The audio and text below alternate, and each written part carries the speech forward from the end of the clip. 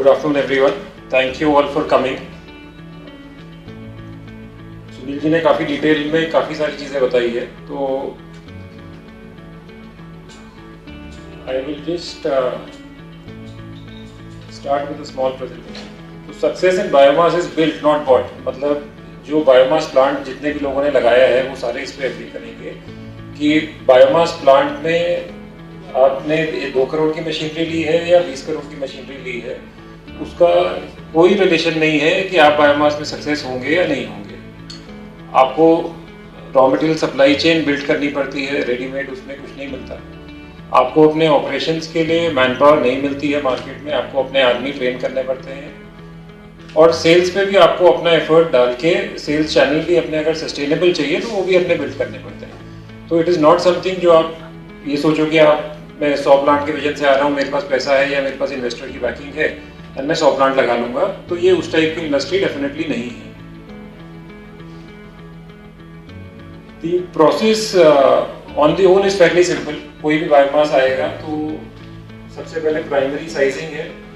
चारों प्रोसेस हो सकता है किसी बायोमास में लगे किसी में ना लगे। अभी मोस्ट कॉम्प्लेक्स अगर हम केन ट्रैश या पैडी की बात करें तो primary sizing is the first thing which we do, जिसमें बेल फॉर्म में मटेरियल आता है, राउंड हो सकता है, स्क्वायर हो सकता है, उसको चॉप करके 1 से 2 इंच साइज में हम ले आते हैं।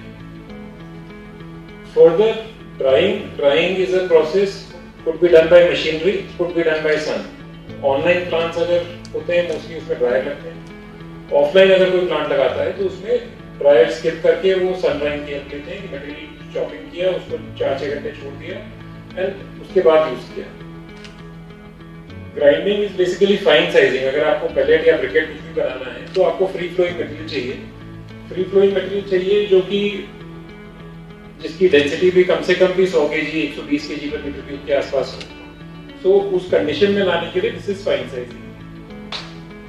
पैलेटाइजिंग is the final last step, जो डेंसिफाई करके डेंसिफाइड फ्यूल पैलेटिंग या ब्रिकेटिंग जो है वो किया जाता है।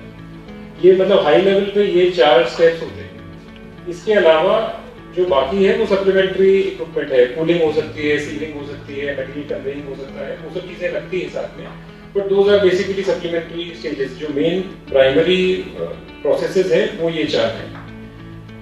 इसके अलावा जितनी चीजें हैं वो उस पे आते हैं, बट इनमें सबसे इम्पोर्टेंट एक चीज है कि अगर आपने मान लीजिए केन ट्रैश बेस्ड प्लांट लगाया और आपने इंटीग्रेटेड अच्छा प्लांट लगाया, एक भी स्टेज अगर इसमें शॉर्टफॉल है, अगर आपका ड्रायर इफेक्टिवली काम नहीं करेगा तो भी आपके प्लांट से आउटपुट नहीं मिलेगा। अगर आपका ग्राइंडिंग काम नहीं कर रहा है, हैमर मिल आउटपुट कम दे रहा है, तो नॉर्मली इसको इस तरीके से लगाया जाता है कि आपकी अगर पैलेट मशीन 1 टन की है तो कम से कम 10% मार्जिन आप लेके चलेंगे प्री प्रोसेसिंग में।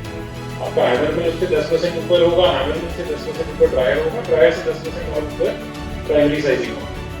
टिपिकली अगर इस स्टेज से अगर प्रोजेक्ट लगाया जाए तो आप नॉर्मली परफॉर्मेंस में बहुत ज़्यादा शॉर्टफॉल नहीं पाएंगे, क्योंकि बायोमास में एक्सेल भी काफ़ी वेरिएशन होता है।